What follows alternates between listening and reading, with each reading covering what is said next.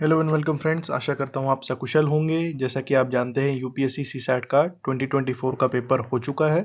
तो हम 5 मिनट निकाल के एक बार पेपर का ओवरव्यू ले लेते हैं कि कौन से टॉपिक्स आए थे, कौन से टॉपिक्स नहीं आए थे, कैसा था पेपर। जो है वो मॉडरेट डिफ़िकल्टी का था।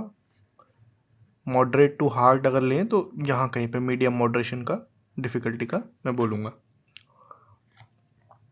इस साल के टॉपिक्स जो थे भर भर के आए, जो ratio proportion, percentages, number system आए, प्रॉफिट लॉस आए।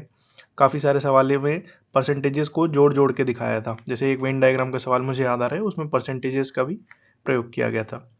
उसके अलावा टाइम एंड वर्क के सवाल दिखे और भर भर के स्टेटमेंट कंक्लूजन के सवाल दिखे, जो कि डेटा सफिशिएंसी से रिलेटेड थे, जिसकी हमने काफ़ी प्रैक्टिस की थी। इस साल जो सरप्राइज़ हमें मिला या शॉक मिला वो ये था कि टाइम, क्लॉक और कैलेंडर के तीनों टॉपिक को मिला के 3 सवाल इस पेपर में दिखे। और परम्यूटेशन एंड कॉम्बिनेशन जो लास्ट ईयर भर भर के आया था, उसको डाउन प्ले किया है यूपीएससी ने। इसके सवाल काफ़ी कम हो गए।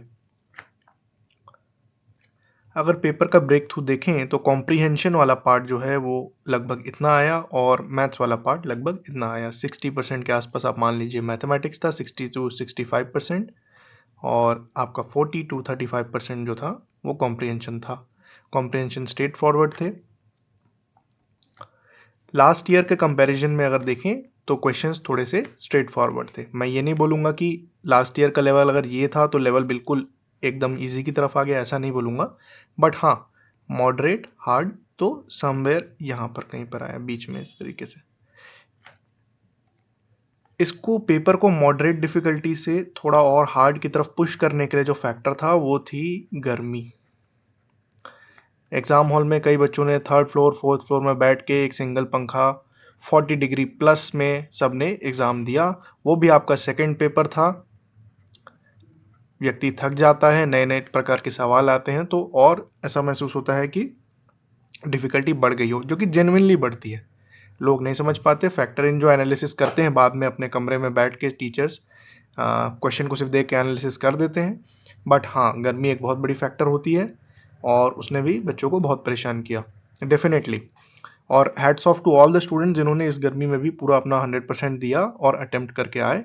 आई पर्सनली रिस्पेक्ट यू, क्योंकि मैं दे चुका हूँ इस तरीके के कंडीशंस में। मुझे पता है कि कैसा महसूस होता है कि एक पेपर आप दे चुके हैं, थक चुका है दिमाग, उसके बाद गर्मी है, उसमें देना डेफिनेटली डिफ़िकल्ट हो जाता है। अब आपको एक काम करना है कि एक हफ्ते की बढ़िया छुट्टी मनाइए। जहाँ जाना है जाइए, एंसेस्ट्रल होम जाना है वहाँ जाइए, फ्रेंड्स के साथ जाना है फ्रेंड्स के साथ जाइए, लेकिन अपने आप को रिलैक्स कीजिए। एक वीक के लिए आप बढ़िया रिलैक्स कीजिए, उसके बाद वापस से जुट जाइएगा। धीरे धीरे हम सोल्यूशन लाते रहेंगे। मुझे एक चीज़ अच्छी लगी थी कि हमने जो डायरेक्शन एंड टाइम के सवाल डिस्कस किए थे जो प्रैक्टिस टाइम में, तो उसमें मैंने एक हिंट किया था कि देखिए इस बार ऐसे डायरेक्शन वाले सवाल तो अब आ गए, अब एंगल वाला मुड़ के आएगा, और इस साल एंगल वाला आ भी गया। तो वो थोड़ा देख के खुशी हुई।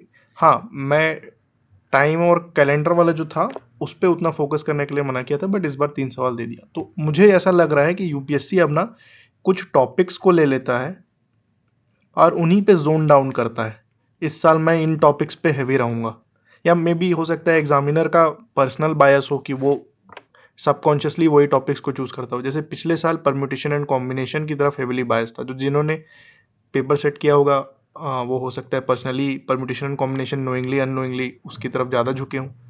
इस साल जो था वो परसेंटेजेस, रेशियो, प्रपोर्शन, मिक्सचर्स वाले जो हैं, क्वांट वाले जो पार्ट है उसकी तरफ ज़्यादा था। और लॉजिकल रीजनिंग में आपका स्टेटमेंट्स वाले जो है, स्टेटमेंट कंक्लूजन वाले डेटा सफिशिएंसी के सवाल काफ़ी अधिक थे।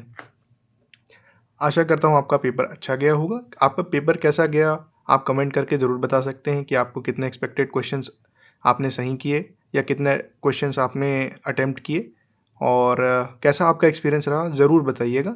धीरे धीरे मैं सोल्यूशंस भी आपके लिए लाता रहूँगा। अब आप बढ़िया से आराम कीजिए, एक वीक का रेस्ट लीजिए, ठीक है? Thank you. Have a nice day.